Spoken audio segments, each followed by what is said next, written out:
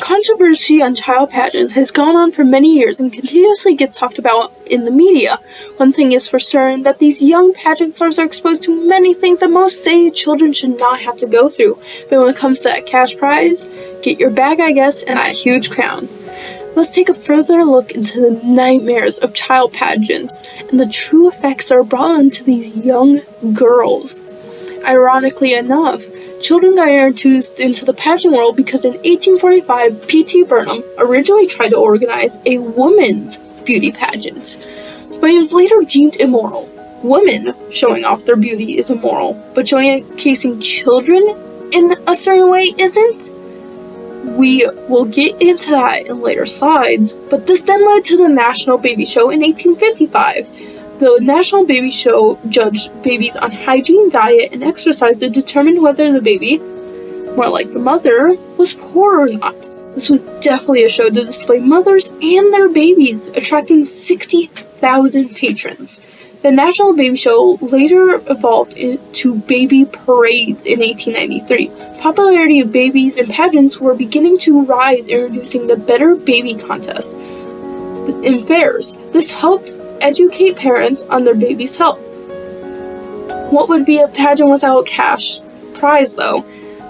A cash prize was involved during this contest and was given to the healthiest baby. Pageants sadly came to an end for some in 1950 due to the polio outbreak. Pageants are back! The first polio vaccine came out in 1961. This allowed the first official beauty pageant to start up. From 1961 to 1971, weekly pageants were held in the Palisades amusement park in Palisades, New Jersey, called Little Miss America. This was the children's version of the Miss America pageants. The children in the Little Miss America pageants were only between the ages of 13 and 15. And they were not dressed in high glitz and glam like we see now. The glitzy child pageant started in the 1980s in the southern states. Bless their hearts. There are several types of beauty pageants, but the most common being glitz, semi-glitz, and natural beauty. Glitz pageants focus heavily on physical beauty, leading girls to use heavy makeup, false eyelashes, spray tans, flippers, which are fake teeth, hair pieces, and sometimes even full wigs. Semi-glitz pageants are a little more toned down from the glitz pageants. Makeup during these types of pageants have to be age-appropriate, and hair pieces and wigs are usually not allowed. Last are natural beauty pageants. These pageants want girls to embrace their natural beauty, as well as their inner beauty. No makeup is necessarily allowed unless it's lip gloss. Natural beauty pageants are extremely different from the glitz pageants. Pageants have always come with a cash prize. Parents dress kids in full glam, not allowing kids to recognize their natural beauty, all because of the prize. This is the driving factor of why parents push their kids to win the competitions. In some competitions, you can win more. So who is really winning the brand new car? In the article Behind the Scenes Inside the World of Child Beauty Pageants, the writer takes a quote from the documentary Painted Babies, where they asked pageant contestant Asia Mansour about her reason for entering pageants. She told the interviewer Jane Trays, "We like to go where the money and the cars are prizes. Grandmother really needs a car, and we really want money, money, money." The reason behind this quote is because so much money gets spent on the pageants that winning sometimes helps pay for dresses and all the necessary stuff used in the competitions. Parents that enter their child in pageants believe that it's an extracurricular activity that allows young children to develop self-confidence, gain new learning skills, help strive for perfection, and also allows them to earn scholarships. Although that may be somewhat true, you have downside to each. If girls are constantly striving for perfection, it allows them to develop a low self-esteem. This is due to them constantly wanting to correct what they look like. Trying to reach physical perfection also puts young girls at risk for eating disorders. In the previous slide, we can see that each contradicts a pro when it comes to pageants. They overall cause more bad than good. Kids dressing up in such ways makes them feel like their natural beauty just isn't good enough.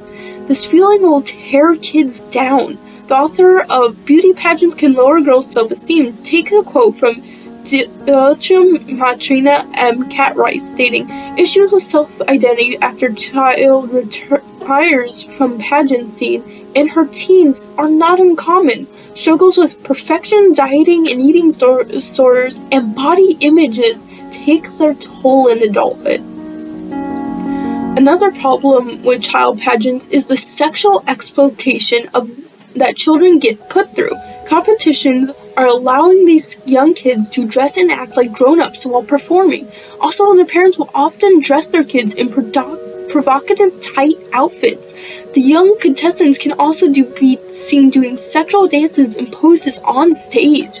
A few examples of this are a mom dressing her 3-year-old daughter as a prostitute, Julia Roberts from the play Pretty Woman. Another being a kid wearing a Playboy bunny costume being carried onto the stage by her father dressed as Hugh Hefner, not pictured. Here are a few more pictures showing how the questionable children are put in for these pageants. How are you letting your child wear such things? Is that cigarettes? The last photo proves that parents are allowing kids to do inappropriate things for their age, making them act like grown-ups. The exposure to sexual predators has been around for a while when it comes to child beauty pageants. Joan Bennett Ramsey has fallen victim to that. For those who do not know, Joan Bennett Ramsey was a 6-year-old pageant star that was very popularized by the media around the 1990s. There had been plenty of videotapes that were found of her dressed up, posing, doing adult-like gestures for competitions. Frank Rich, a columnist in the New York Times, states that these clips could be borderline kiddie porn. That shows that she had been heavily sexualized from a very early age. She was brutally murdered and possibly even sexually assaulted in her own home. Her confessed murderer claimed that he knew her from social media, and that's what attracted him to her. After her murder, parents feared that their kids were becoming too sexualized and might attract pedophiles. Melinda Lisowicz, the author of the article Take Action Against Child Beauty Pageant, gets statements from a former beauty pageant contestant sharing her experience with feeling like she was being sexualized. She states, "I never thought it was terribly sinister that I was in beauty pageants as a kid, but there was a darker side. The old men scratching their crotches while I performed in skimpy costumes. The latent and confusing fear of being looked at sexually, which continued even into adulthood. And the haunting sense that I had no face when I was not in makeup for the stage." There's a definite way we can stop beauty pageants completely by signing petitions. You can help bring awareness to the things children are being exposed to. Also, rule changes in the future. Change.org and many other websites have petitions that are trying to put a stop to children being in beauty pageants. There are 2 links that you can access to help prevent children being put through effects of beauty pageants.